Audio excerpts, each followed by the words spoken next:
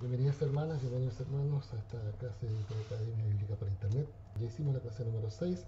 Fue realmente hermoso el periodo que estuvimos compartiendo. Ahora queremos entregar a ustedes el video Promete Tal, ya que el material fue enviado previamente. Esperamos que se gocen en el Señor tal cual como lo hicimos nosotros y puedan aprender tal cual como lo hicimos nosotros. Que el Señor les bendiga.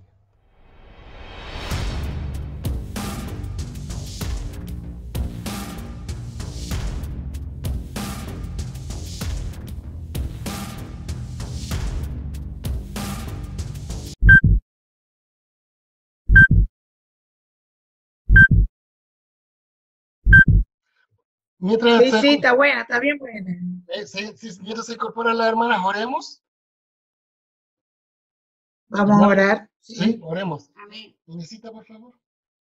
Padre, amado, bendito, No, glorioso, sí. venimos delante de tu presencia con Así nuestros es, Señor. corazones sensibles, sencillos, humillados delante de ti, Así es, reconociendo, Señor, que tú eres nuestro Dios, nuestro proveedor, que de ti dependemos cada día de nuestras vidas, que tú nos estás preparando, Señor, en este tiempo de aflicción, en este tiempo de incertidumbre. Tú nos has puesto las herramientas a nuestro alcance, nos muestras cada día, Señor, en este tiempo en que estamos guardados, nos has enseñado, nos has mostrado lo que debemos hacer, lo que debemos estudiar, tu palabra pura, viva, eficaz, sana doctrina, Señor, para que nosotros como hijos tuyos estemos preparados, estemos instruidos, Señor, y no temamos a este tiempo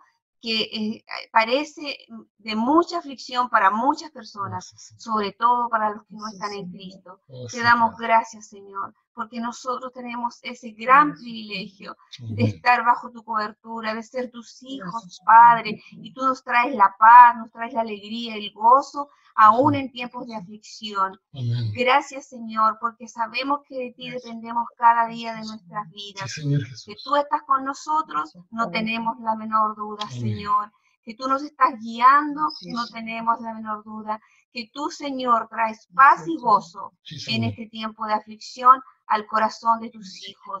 Y que tú nos estás guiando a hacer las cosas bien, a estar unidos, Padre Santo. Sobre todas las cosas quieres unir a tu pueblo, a tus hijos, Señor, para que estén todos en un mismo sentir. Te adoramos, Señor, te damos gracias, reconocemos, Señor, tu amor, reconocemos la grandeza, reconocemos, Señor, que tú nos quieres mostrar los misterios a través de tu palabra. A tus hijos ya están siendo revelados, Padre, y te lo agradecemos, Señor, porque eso nos demuestra que tú estás con nosotros. Oh, Señor, gracias te damos por esta clase que vamos a tener hoy, para que tú abras nuestra mente, nuestro corazón, a escucharla, Señor, a, a, a instruirnos en tu palabra, Señor, que sea de provecho, Señor, que sea edificante, Señor, y que sea lo más importante, que sea edificante para nuestras vidas como hijos tuyos. Te lo agradecemos. Bendice a mis hermanos que van a estar en línea. Bendice sus hogares, bendice sus familias, sus amigos, a los que aman. Que nosotros y ellos, los que nos vamos a juntar hoy, los que están oyendo, Señor, esta clase, Señor, que todos podamos ser de bendición para nuestro entorno, para nuestra familia, para nuestros hijos, para nuestros hermanos amados, Señor, que están un poco desviados, que están apostatando algunos de la fe. Padre Santo, te rogamos que nosotros podamos ir que podamos ir, Señor, y poder rescatarlos de las manos del enemigo. Gracias, Padre, confiamos en ti. En el nombre de Jesús, nuestro Salvador. Amén.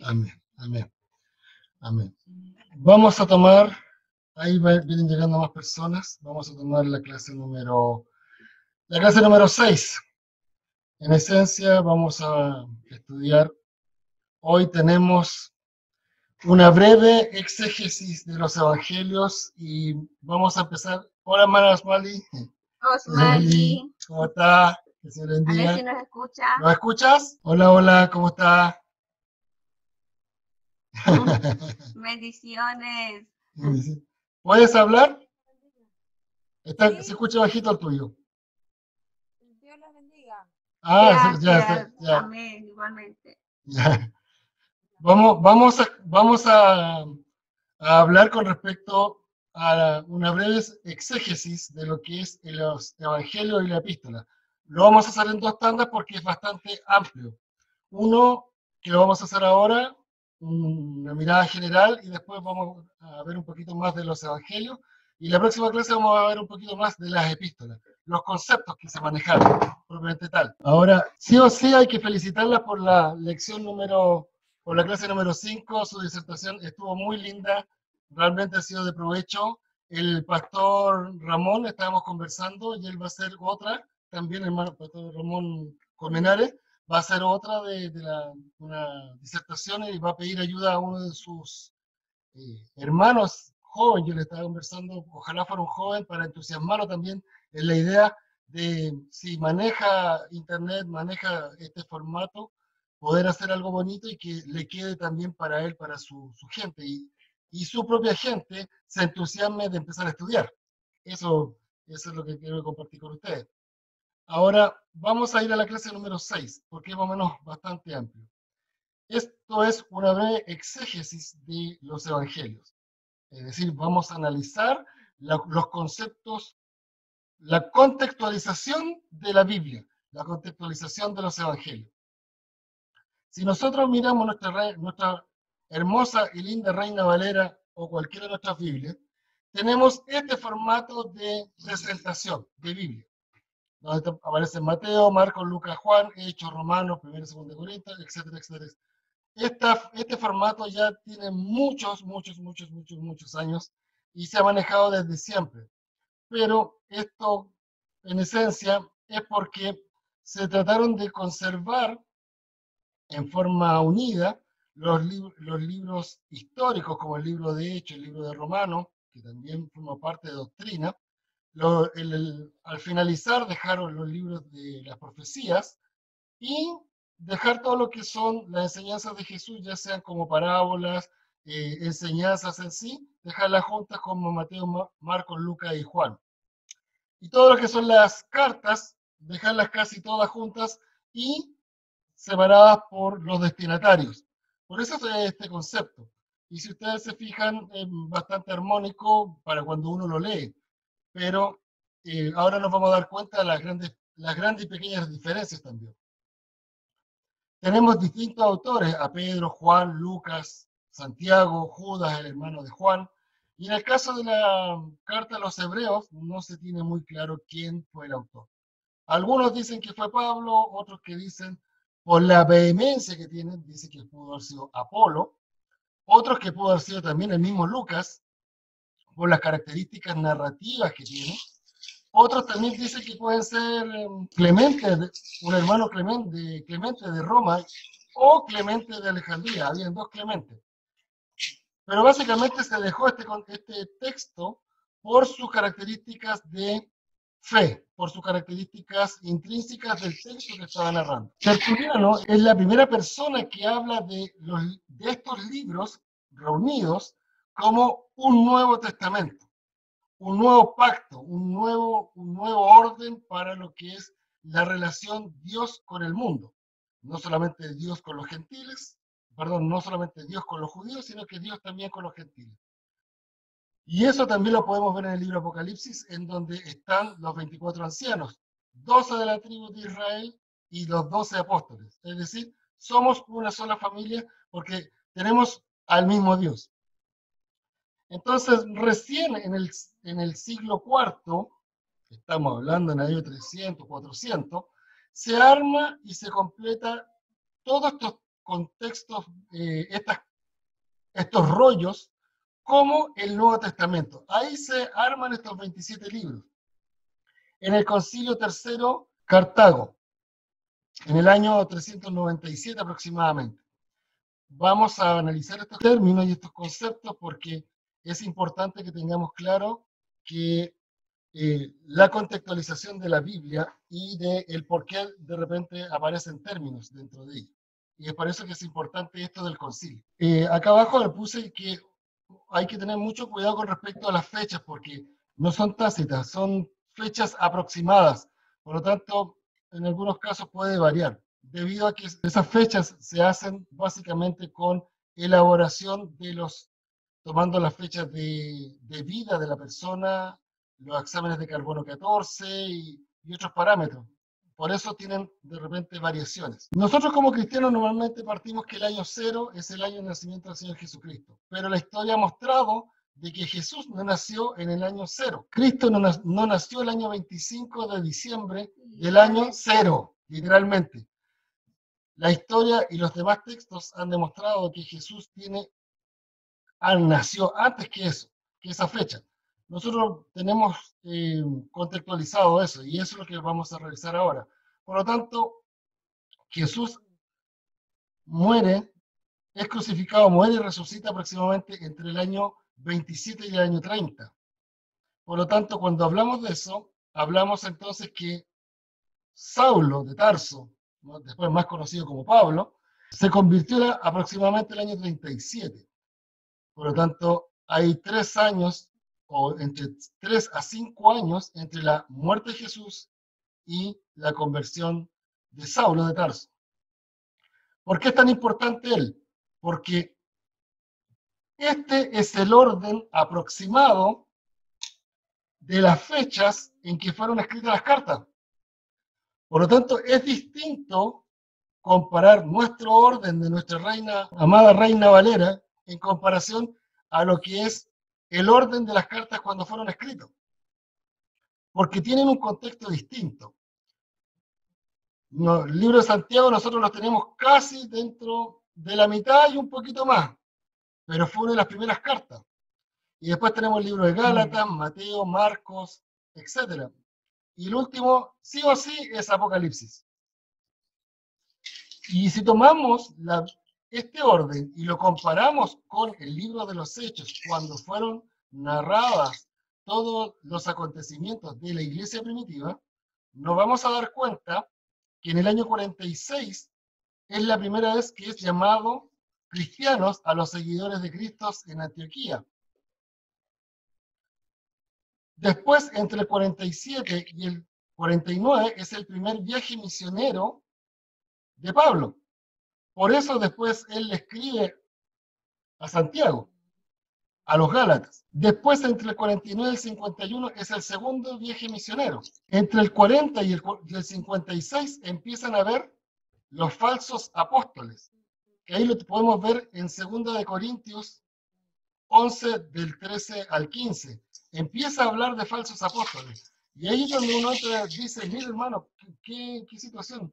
O sea, Cristo muere en el año 30 aproximadamente, y entre el año 40, es decir, 10 años después, entre 10 y 16 años después, empiezan a ver los falsos apóstoles. Ahí tenemos un caso, no solamente tenemos que ver a Simón el mago, sino que ese es un ejemplo de cómo se estaba distorsionando este tema del cristianismo. Esta nueva religión, entre comillas, judía, que era el cristianismo. Entre el 52 y el 57 tenemos el tercer viaje misionero de Pablo. Después tenemos que en el año 60 Pablo se encarcelado en Roma, y de ahí tiene casi 4 años en donde empieza a hacer todas sus cartas. El 64, Nerón quema Roma. Entre el 67 y el 68, Pedro es crucificado con la cabeza abajo en Roma. Y el año 70, Jerusalén es destruida. Por lo tanto, todos estos hermanos fueron dispersos.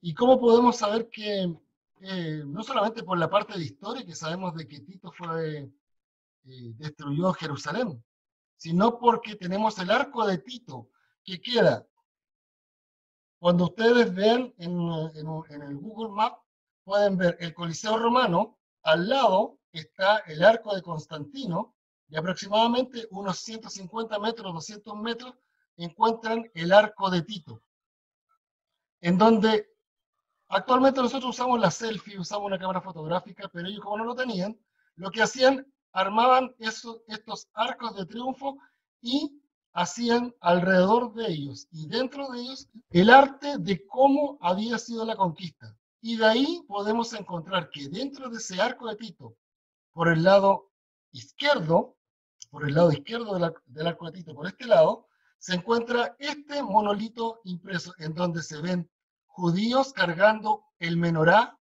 del templo de Jerusalén y los estandartes. Es impresionante ver esto y ver que realmente la vida de los cristianos en ese tiempo fueron después llevados a Roma, muchos de ellos en calidad de esclavos. Escuchaba la otra vez una persona que decía que los cristianos construyeron el Coliseo de Roma.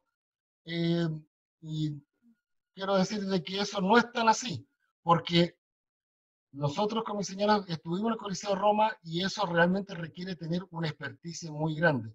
Lo que pasó es que a ellos como judíos y a nuestros hermanos como cristianos, los llevaron y los vendieron y con ese dinero de la venta le pagaban a los albañiles y a los arquitectos y a las personas que trabajaban. ¿Ya? Probablemente también habían personas judías que tenían la calidad de ser albañiles, que tengan la experticia, pero no eran todos. ¿Ya?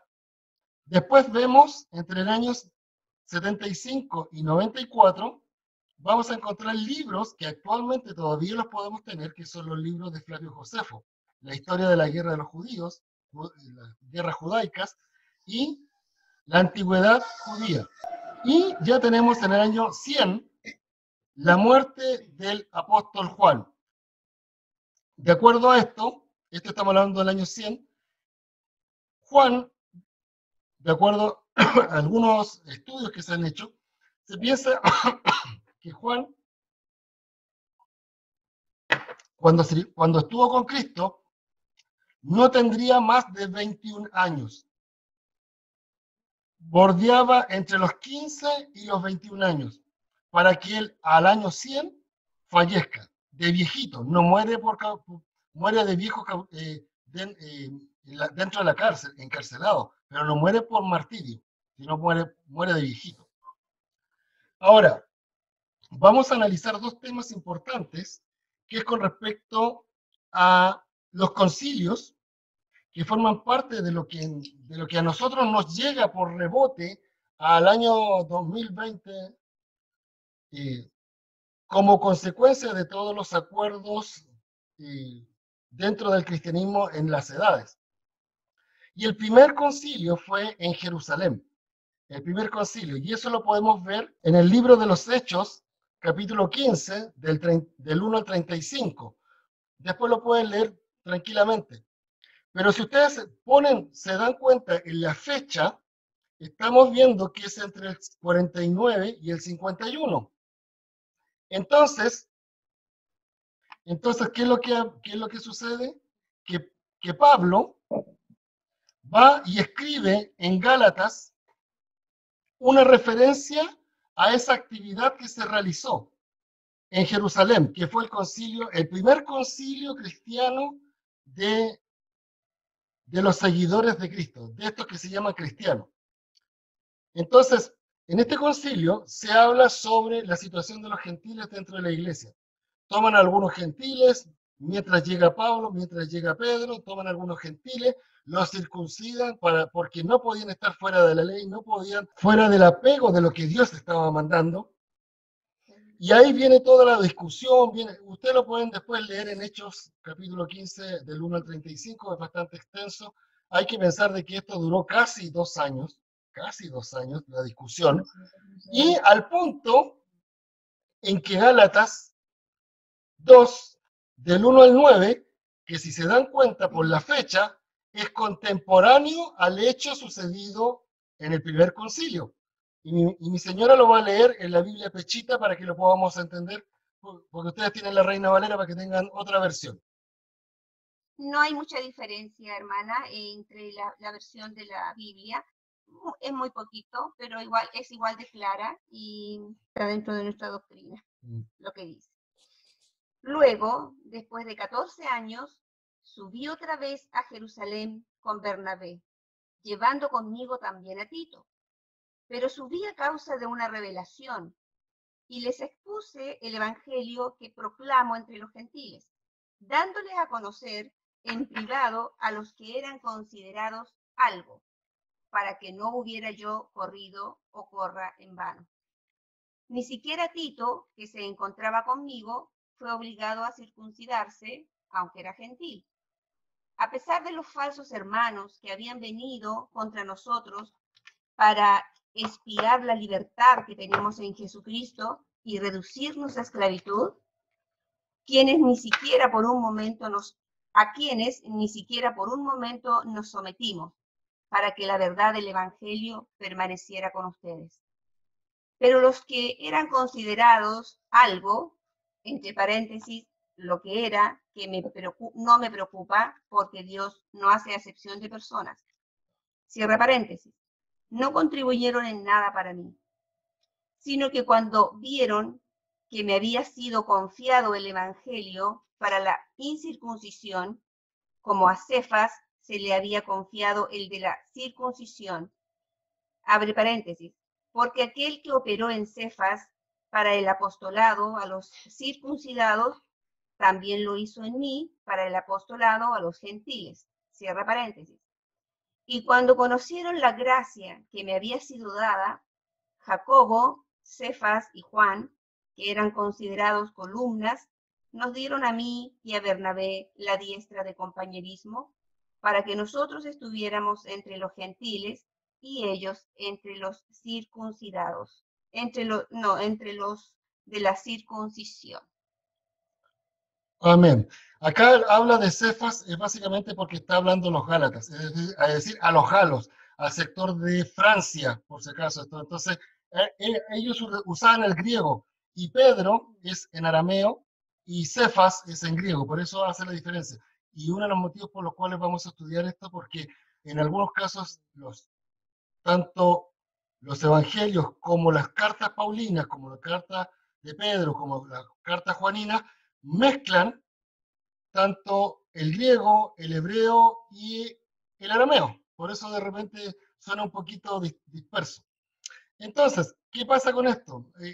Tenemos aquí una carta de los Gálatas contemporánea al hecho del concilio, al primer concilio de Jerusalén.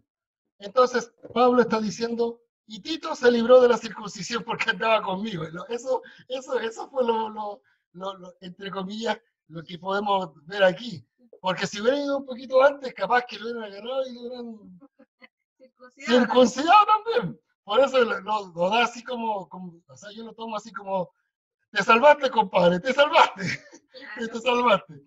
Pero ahí muestran de que realmente Pablo, fui yo llamado a los incircuncisos y Pedro fue llamado a los circuncidados. Entonces, esto demuestra de que Gálatas, en nuestra Biblia Reina Valera, aunque está mucho más abajo, pero es más contemporánea al libro de los Hechos. Entonces, cuando uno toma el libro de los Hechos, cuando uno toma una de las cartas paulinas, debe tomar también el paralelo con el libro de los Hechos para narrar, ok, en el libro de los Hechos yo estoy leyendo esto, ¿contra qué carta paulina es esta relación? Y si estoy leyendo una carta, ¿con qué parte del libro de los Hechos estoy viendo una relación? Ese es el motivo por el cual es bueno contextualizar la Biblia. Entonces, hay que pensar también que en esos momentos no solamente estamos hablando del problema de la circuncisión, sino también estamos hablando de que habían personas infiltrados, como dice Pablo, que estaban hablando que no solamente del judaísmo dentro de la iglesia, no solamente ser agnóstico dentro de la iglesia, que pensaban que Cristo era una deidad como cualquier Dios y había que seguirlo, o tener otros pensamientos, que solamente Cristo era un hombre que tenía como un profeta. Hay una montonera de, ustedes lo pueden ver si pueden ver en Primera de Juan, hay un cuadro hecho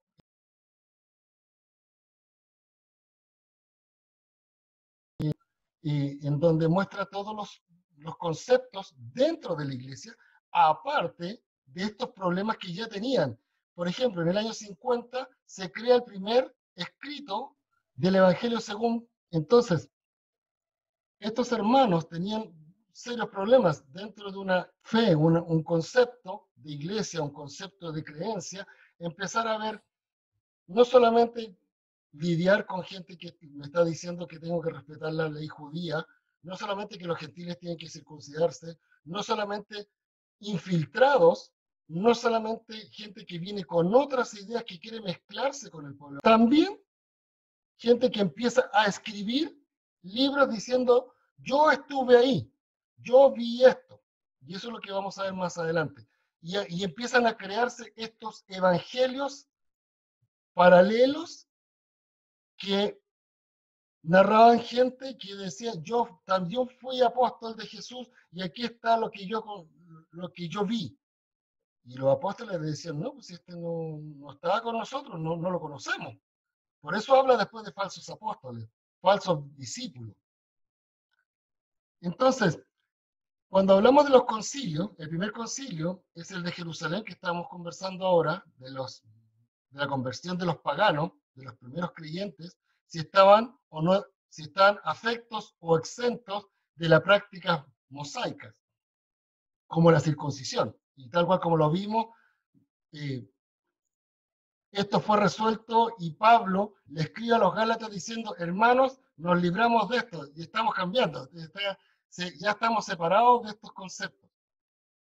Después tenemos el segundo concilio que fue en Roma, y hay que pensar que todos estos concilios fueron en todo el periodo de la persecución. Aparte de eso, persecución. Y el tercer concilio, que es el de Cartago, una de las cosas que se habló fue el unir solamente, no todos los evangelios, no todas las cartas, sino que seleccionar y darle forma a esto que es nuestro Nuevo Testamento. En aquellos años existían toda esta cantidad de evangelios, de todo tipo,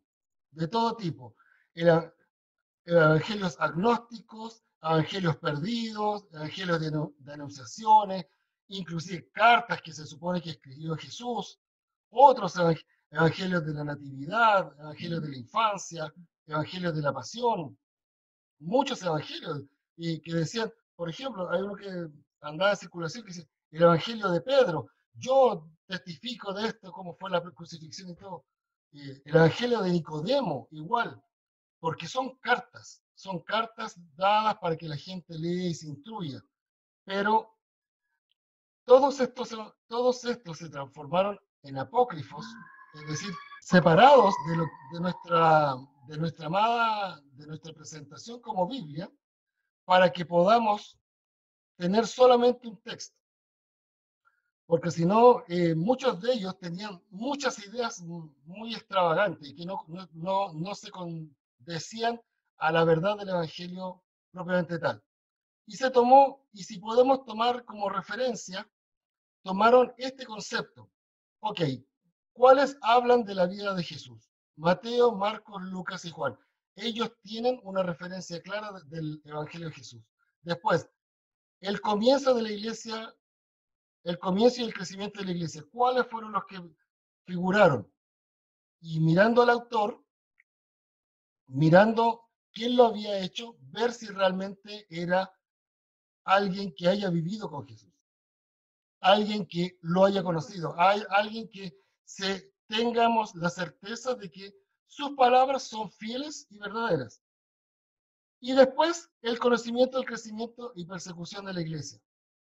Entonces, viendo la lámina anterior, el libro de Lucas se escribe entre el año 60 y 61, si se fijan ahí. Y cuando vemos esto, y vamos al libro de Lucas, en su primer versículo, dice, puesto que ya han tratado de poner orden en la historia de las cosas que entre nosotros han sido ciertísimas, tal como nos lo enseñaron los que desde el principio lo vieron con sus ojos y fueron ministros de la palabra, me ha parecido a mí también, después de haber investigado con diligencia todas las cosas, desde su origen, escribirlas en orden. Oh Teófilo, es altísimo le ponen, para que conozcas bien la verdad de las cosas en las cuales ha sido instruido. Esto fue escrito entre el 60 y el 61. ¿Por qué? Por lo que estamos conversando, porque existían muchos evangelios. Mucha gente escribía sobre Jesús, sobre este carpintero que revolucionó a todo un país y a todo el mundo conocido. Entonces, él escribe eso y después en el libro de los Hechos empieza hablando diciendo, en el primer tratado, es decir, en el libro de Lucas, hablé acerca de las cosas que hasta el día en que fue recibido arriba, después de haber dado mandamientos por el Espíritu Santo. Y empieza después a narrar la historia de la iglesia. Porque también podemos ver dentro de estos evangelios apócrifos, no solamente que querían narrar la vida de Jesús, sino que después cómo era la vida de los cristianos. Y no necesariamente es así, como lo presentan ellos.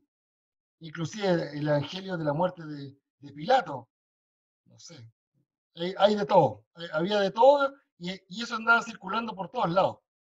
Entonces, por eso Lucas se ve en la obligación de escribir algo que narre lo que sucedió después de haber investigado. Dejo todo esto en orden, esto es el Evangelio en orden, y esto es lo que sucedió durante la iglesia cuando empezó, para poder tener un punto de referencia claro. Conoció a Cristo, hizo la investigación, ordenó los hechos y ahora lo escribe. Por lo tanto, nos da una certeza de que esa es información bastante más cierta. Pero cada uno de los evangelios tiene un matiz distinto. Mateo lo presenta como rey profético, Marco como un siervo obediente, Lucas como un hombre perfecto y Juan como el Hijo de Dios. Y cada uno tiene un versículo relevante y un rasgo característico de su escritura. Por lo tanto, no podemos definir a los evangelios dentro de un género literario, porque tenemos parábolas, tenemos profecía, tenemos literatura, tenemos conversaciones, tenemos exhortaciones públicas. No es exactamente una biografía, porque no tiene un relato riguroso cronológico, y lo vamos a ver. Cada autor de los evangelios lo muestra de una manera particular, los acontecimientos de acuerdo a lo que él recuerda. Y los evangelios tienen la característica que están escritos en griego, pero el término, y también usando términos en arameo, que era el idioma normal, y no tanto en hebreo, que era habitualmente el idioma usado para temas religiosos. ¿Y cómo lo podemos ver? Por ejemplo, vamos a tener dos ejemplos claros aquí. En Marcos 5:41, en nuestra amada Reina Valera, habla Talita Kumi, que traducido es, niñita, a ti te digo, levántate. Pero en arameo dice, muchachita, levántate. ¿Y de dónde sale este concepto, niñita, a ti te digo? Del griego. Por eso lo puse abajo. Jovencita, a ti te estoy diciendo, levántate. Por eso nuestra Reina Valera y las traducciones que nosotros tenemos mezclan español, entre comillas, griego, arameo y hebreo. Otro ejemplo de eso lo vemos también en la exclamación de Jesús, que Mateo lo presenta en hebreo. Elí, Elí, lama sabactani. En cambio, Marcos lo presenta en arameo. Elohim, Elohim, lama sabactani. Son dos conceptos iguales, pero en dialectos distintos. Y tenemos varios conceptos dentro de lo que nosotros vemos en el Nuevo Testamento, en donde habla, por ejemplo, la palabra ben y la palabra bar, los dos significan hijos, pero también puede significar una característica o una cualidad de la persona, como es bar bitma, es decir, hijo del mandamiento. Cuando uno cumplía los 12 años, nosotros cumplimos los 12 años el día del cumpleaños y de ahí empezamos a contar los 12. No, ellos cuando partía el año 13, decía, ya tienes cumplido los 12. Es al revés que nosotros, ¿ya?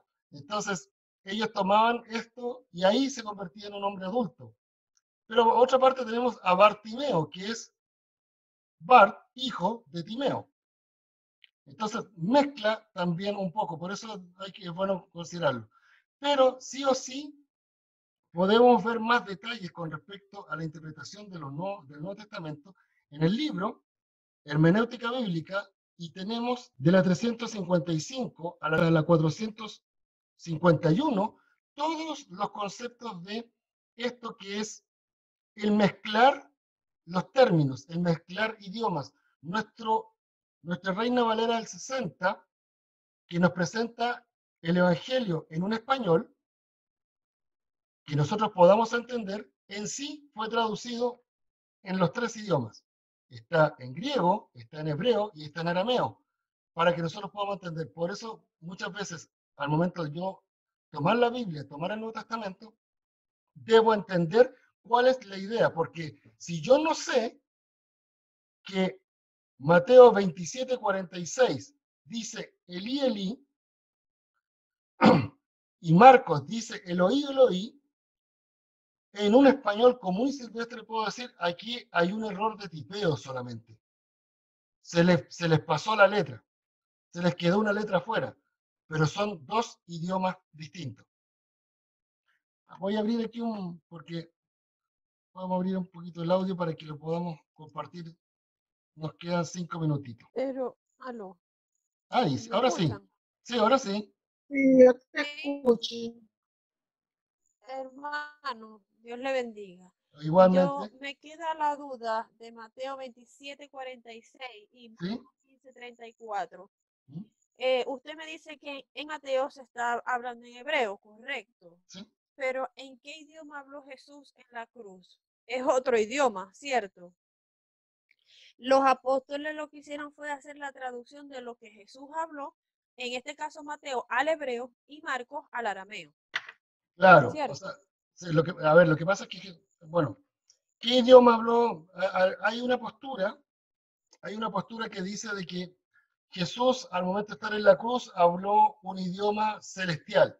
Eso yo lo entiendo, porque hay una postura que dice de que Jesús, al momento de estar en la cruz y al comunicarse con el Padre, se comunicó en un idioma celestial. Yo creo que hay lo importante, creo que es lo que dice aquí. Otros dicen que era el idioma de Adán y de Eva.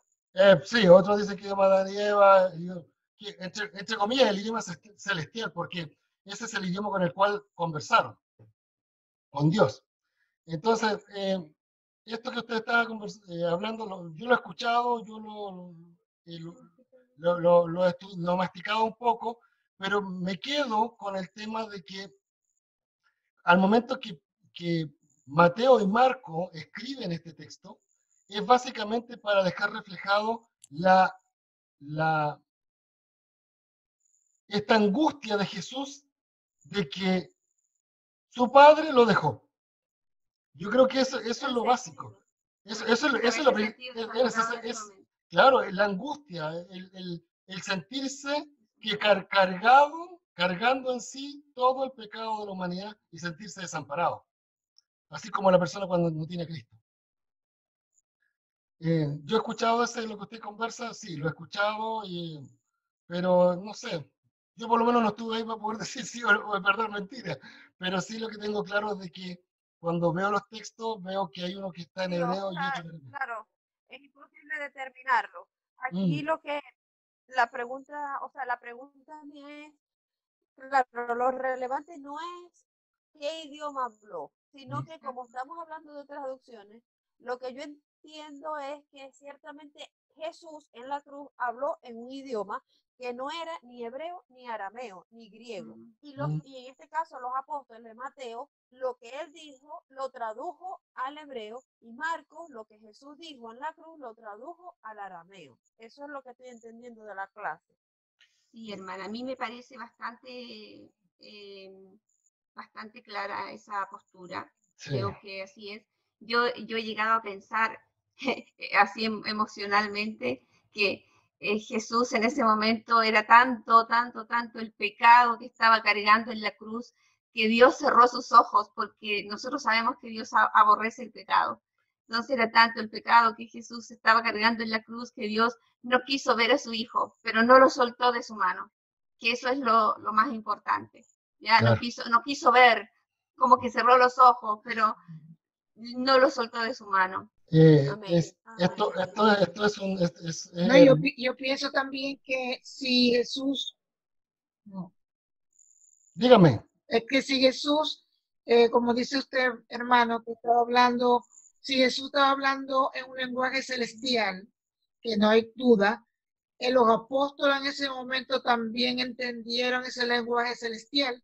El Señor les abrió los oídos espirituales para poder interpretar lo que estaba diciendo. Y ya cada uno sabemos que Marco lo dijo en arameo y el otro lo dijo en griego. Pues en eso estamos claros, porque de acuerdo al idioma que predominaba en cada uno de ellos. Correcto. Y ahí se ven las particularidades de esos evangelios, que ellos tienen similitudes, pero cada uno puso su aporte personal y la subjetividad en el momento de escribir.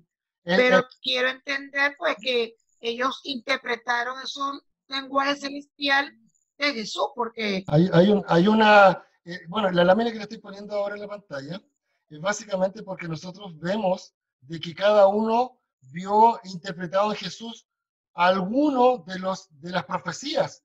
Entonces, no todos vieron lo mismo. Entonces, no todos van a escuchar lo mismo. No todos vamos a entender lo mismo de la Biblia, pero sí podemos entender grandes rasgos de que Cristo cumplió en sí, en su vida, muchas de las profecías.